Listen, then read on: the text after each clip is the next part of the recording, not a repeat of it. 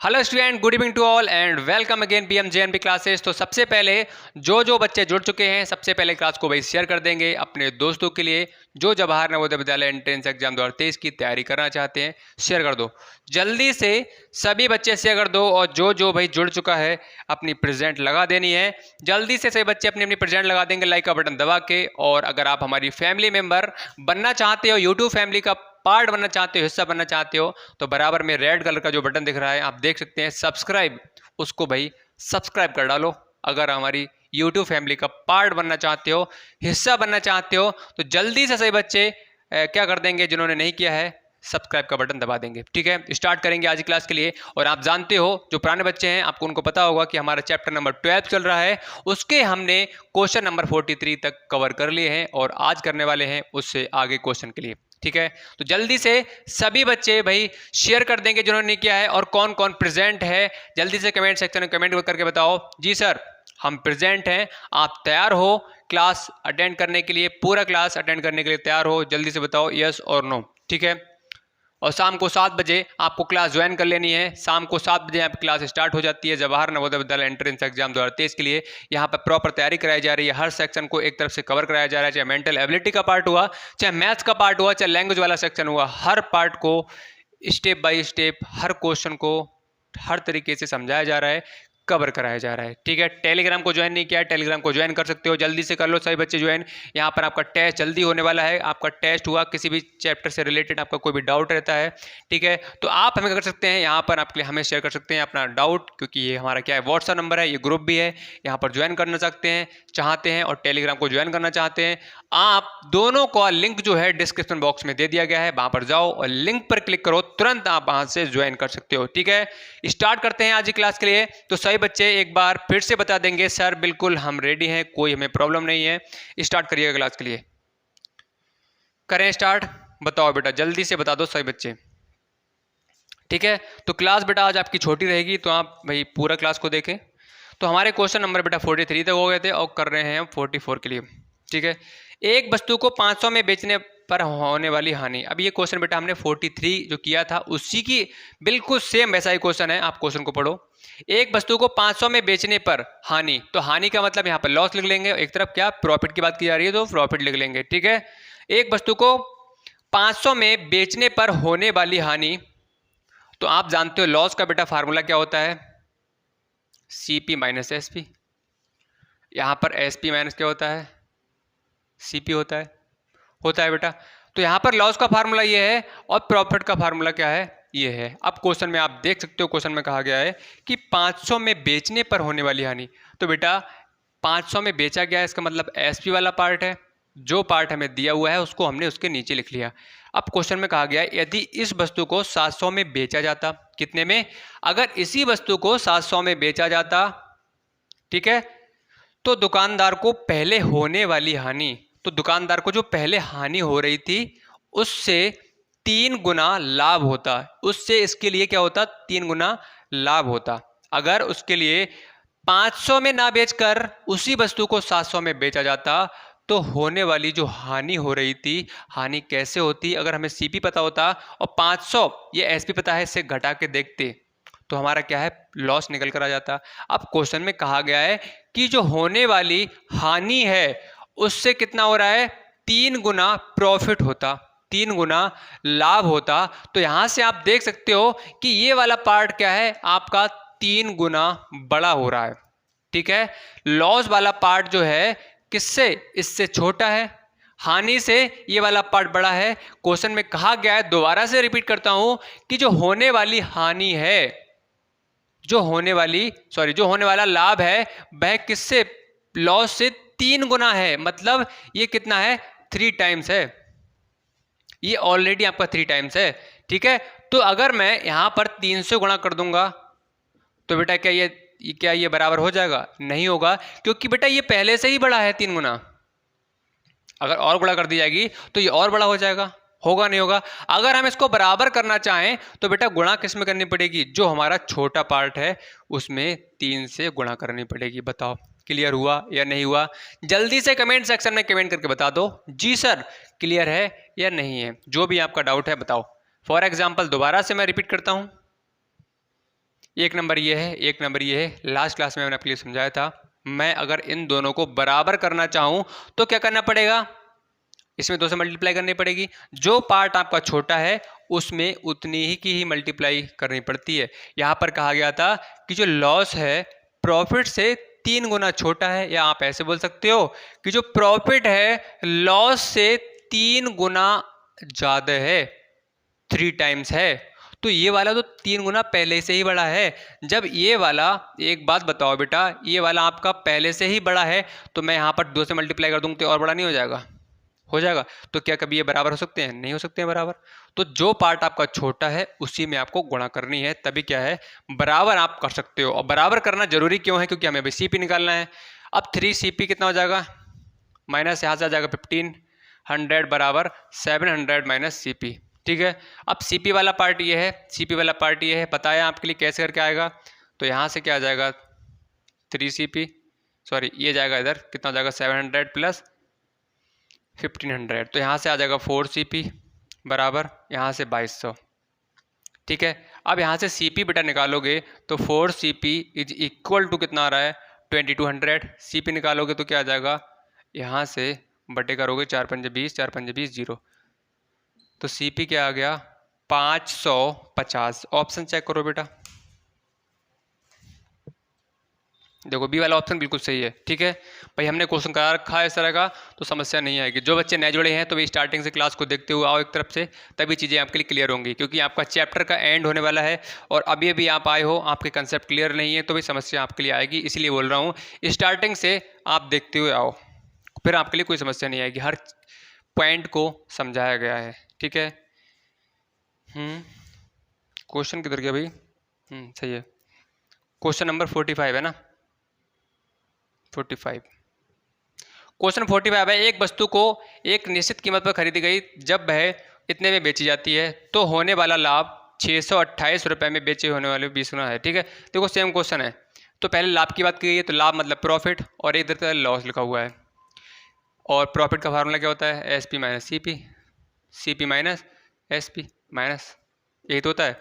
अब देखो क्या दे रखा है 1069 में बेची गई, तो यहाँ पे लिख लो भाई, जो दे रखा है उसको लिख लो। CP कितना दे रखा है पूछा गया है, और 628 क्या दे रखा है बेचा गया।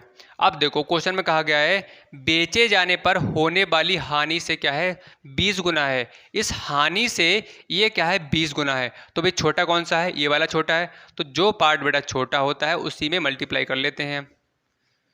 सीधी साफ बात यह है, जो छोटा है उसमें मल्टीप्लाई कर लो। 0 2 8 16, 2 4 1 5, 2 6 12। ठीक है, यहाँ से 169 माइनस CP आ जाएगा।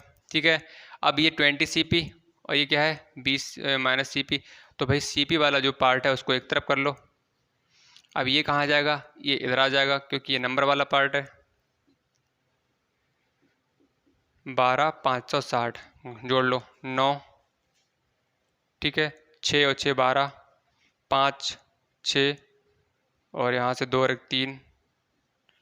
ठीक है, सही है, तो यहाँ से क्या आ जाएगा 21 CP।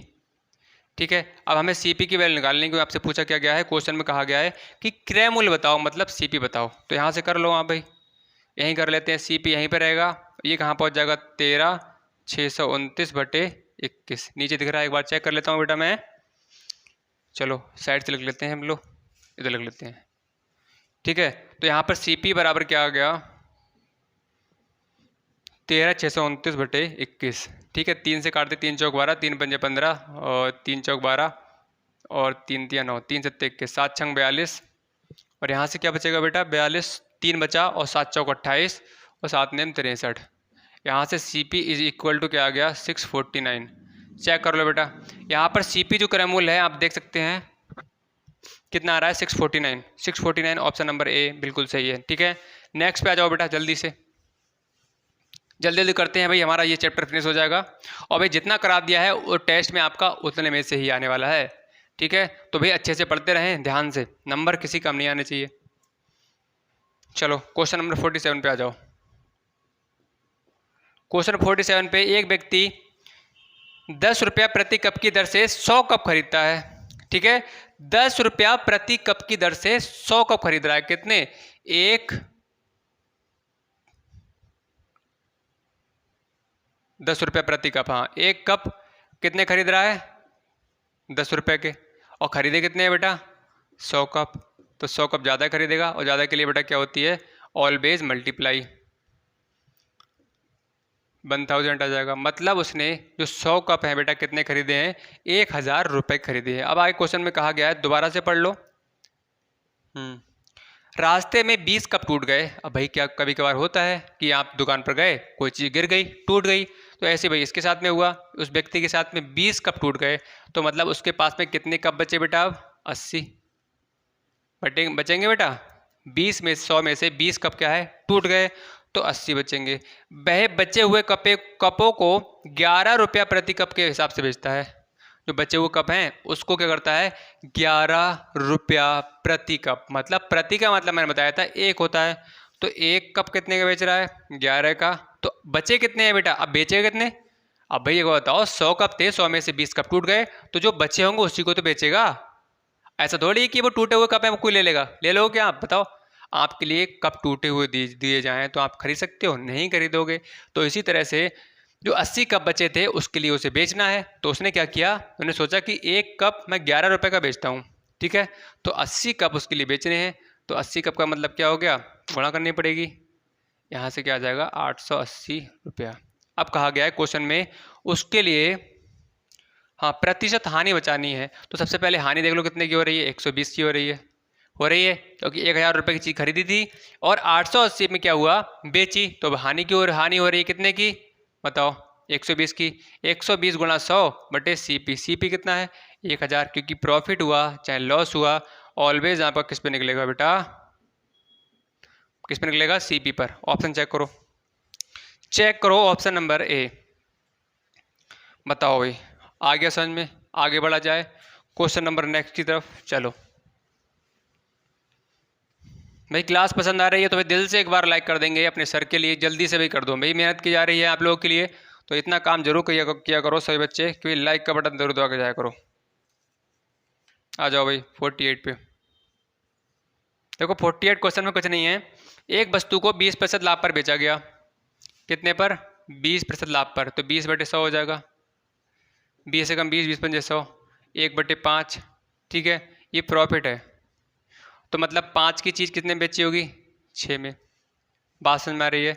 अब कहा गया है यदि उस वस्तु को 25% लाभ पर बेचा जाता, अगर उसी वस्तु को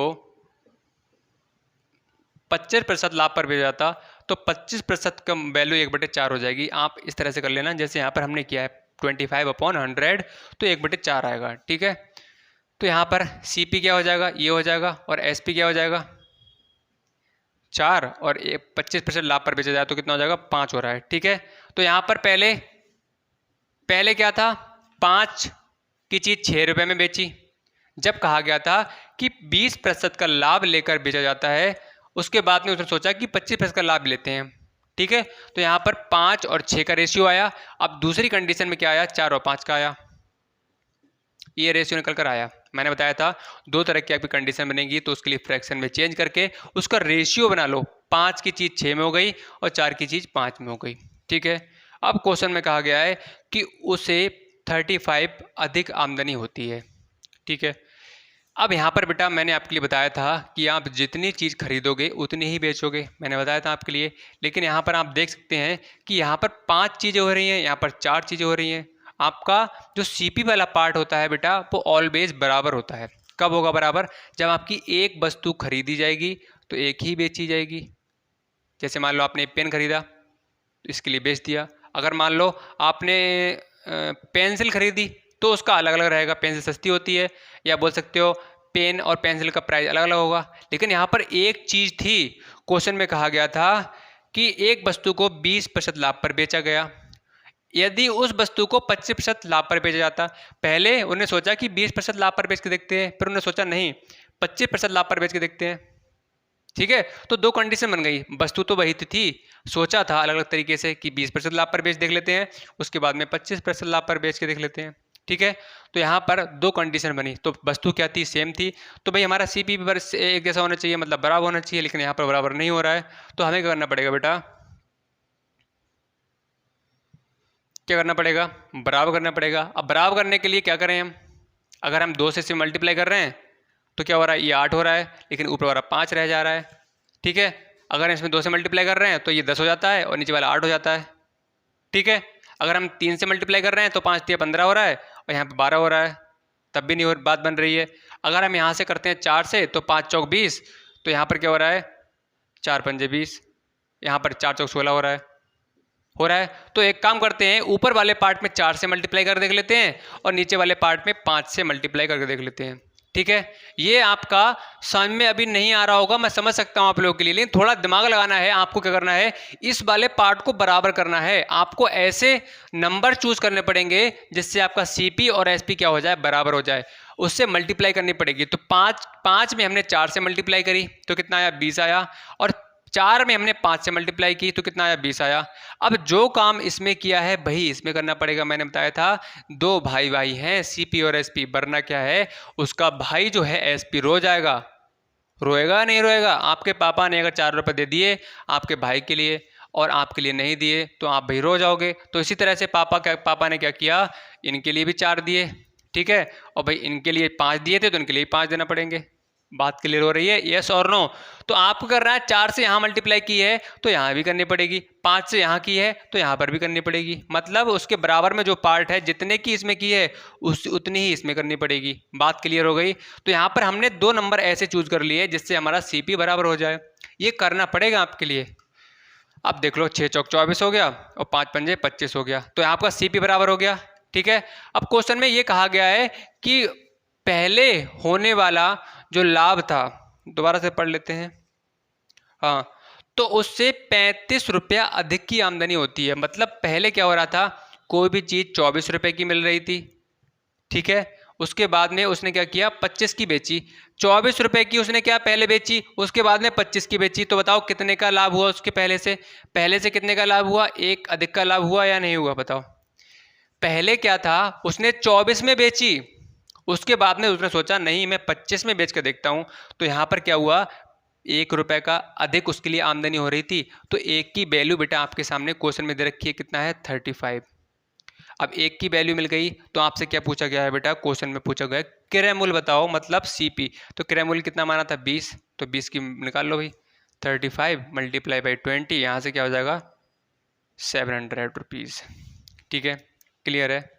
बताओ, ये क्वेश्चन आपके लिए बेटा प्रैक्टिस से आएंगे, बार बार जितनी ज़्यादा प्रैक्टिस करोगे तभी आपके ये क्वेश्चन समझ में आएंगे। ठीक है, आपको डरना नहीं है। बार बार मैं ये बात कहता हूँ, क्यों कहता हूँ, क्योंकि भाई डर के आगे क्या होता है, जीत होती है। डर गए तो मर गए, सुना होगा भाई आपने, घर घर में ये चीज़ चलती है, डर गए तो मर गए। तो डरना नहीं है, डराना है चीज़ों के लिए। बताओ भाई, बात समझ में आ गई? तो क्वेश्चन नंबर नेक्स्ट है 48। सेम क्वेश्चन है बिल्कुल। एक आदमी एक घड़ी को 5% लाभ पर हानि पर बेचता है, तो 1/20 हो जाएगा। तो 20 से क्या हो जाएगा, 19 हो जाएगा, क्योंकि लॉस है ना। तो सीपी और एसपी। अब दूसरी कंडीशन में क्या कहा गया है कि 10% लाभ पर बेचता है। 10% का मतलब क्या हो गया, 1/10, 10 से 11, सीपी और एसपी। क्योंकि ये क्या है, प्रॉफिट हो रहा है तो हमने जोड़ दिया, और लॉस हो रहा है तो ये घटा दिया। ठीक है, अब बराबर कर लो भाई, ऊपर नीचे लिख लेते हैं हम, बताया था हमने। 10 यहाँ पे 11 हो गया। अब देखो सीपी वाला पार्ट क्या है, अलग अलग हो रहा है तो हमें बराबर करना पड़ेगा। एक काम कर लें, इसमें अगर 2 से मल्टीप्लाई कर दें तो 10 दूनी 20 हो जाएगा, ऊपर भी 20 है। यहाँ पर 2 से मल्टीप्लाई कर दो तो यहाँ से 20 आ जाएगा, और 19, 10 दूनी 20, और कितना आ जाएगा, 22। तो सीपी वाला पार्ट बराबर हो गया। अब क्वेश्चन में कहा गया है कि 56.25 में अधिक में बेचें। कितने में, अधिक में बेचें। ठीक है, तो यहाँ पर पहले कितना था, 19, फिर उसने क्या किया, 22 में बेचा, तो कितने का डिफरेंस हो रहा है, मतलब 3 का हो रहा है, और 3 की वैल्यू दे रखी है 56.25।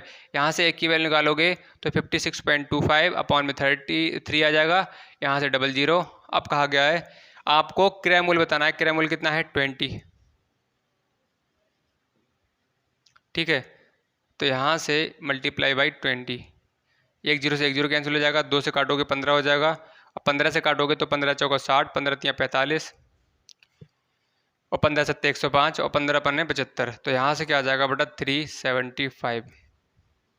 ठीक है, ऑप्शन चेक करो, 375, ऑप्शन नंबर सी बिल्कुल सही है। ठीक है बेटा, बताओ क्लियर हो गई चीज़ें? ठीक है, जल्दी से कमेंट सेक्शन में कमेंट करके बता दो आप सभी के क्लियर है, यस और नो। ठीक है, तो आज भाई हमकी जो क्लास है बहुत छोटी है, थोड़ा सा दिक्कत हो रही है, बोलने में भी समस्या हो रही है, तो आप मैनेज करने का प्रयास करिएगा। बाकी नेक्स्ट डे से आपकी डेली कंटिन्यू क्लास चलेंगी, चलती हैं ये 50 मिनट, 52 मिनट, 55 मिनट, आप जानते हो क्लास आपकी रेगुलर चल रही है। ठीक है, तो आपकी क्लास भी बहुत छोटी होने वाली है, तो आपको आई थिंक समस्या नहीं होनी चाहिए, क्योंकि थोड़ी सी तबीयत बोल सकते हो कि ख़राब है थोड़ी सी। ठीक है, फिर भी मैं आपके लिए क्लास लेकर आया हूँ जिससे आपका नुकसान ना हो सके, डेली आपकी जो रेगुलरिटी है, कंटिन्यूटी है, वो बनी रहे। ठीक है, तो भैया आपके लिए क्लास पसंद आई हो, इस छोटी सी क्लास, इस छोटी सी वीडियो पसंद आई हो, तो जल्दी से एक बार अपने सर के लिए, अपने लिए भाई लाइक कर दो जल्दी से। और जिन्होंने अभी तक सब्सक्राइब नहीं किया तो सब्सक्राइब कर सकता है, क्योंकि शाम को 7 बजे डेली आपकी क्लास स्टार्ट हो जाती है। चलिए बच्चों, मिलते हैं नई क्लास साथ में नेक्स्ट डे, तब तक के लिए bye bye and take care.